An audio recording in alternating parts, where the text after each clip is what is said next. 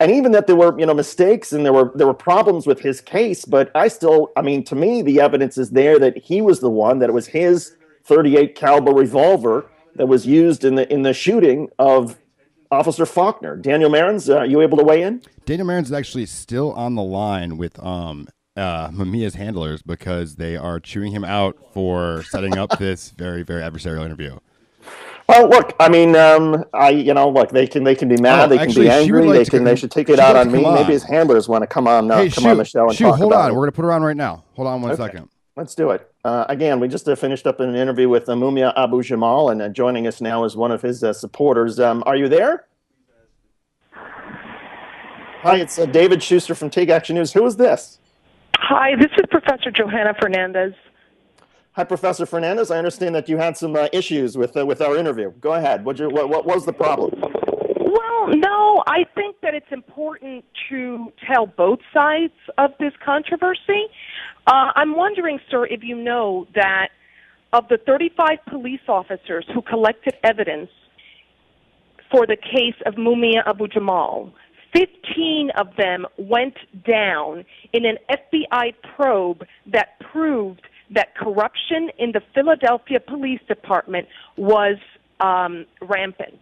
Professor Fernandez, I know that, and I understand, and I agree. I agree that the Philadelphia Police Department was corrupt, and I believe that they were racist, but I still cannot get around the evidence in this particular case that it was a .38 caliber revolver found next to Mr. Abu Jamal, that clearly the bullets came from that gun. And I just can't get around that and the eyewitness testimony that said that he pulled the trigger. Well, in fact, sir, had you read the manuscript, the transcript of the trial clearer, you would have found that the coroner, in fact, said that the caliber of the bullet could not be identified because he and his office had somehow lost a key fragment of the that is true. You are right that the coroner thought that it might have been a .44, but this rests solely on a note that was scribbled by the coroner, who also testified that he had no expertise in ballistics and was only guessing at the type of caliber bullet. And again, the bullet fragments that were pulled out of Officer Faulkner's body, it was proven came from a .38. So I understand that people want to say, oh, it must have been a .44 because the coroner says so, but even the coroner testified that he had no expertise in ballistics.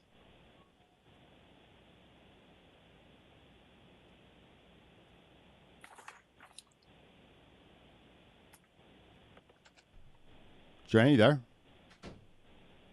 Schuster, you there? I'm still here. Yeah, I think she dropped off, it sounds like. Okay, well, it sounds like she dropped off. And look, Professor Johanna Fernandez, I welcome people who support Abu Jamal to join the program. We can talk about the case.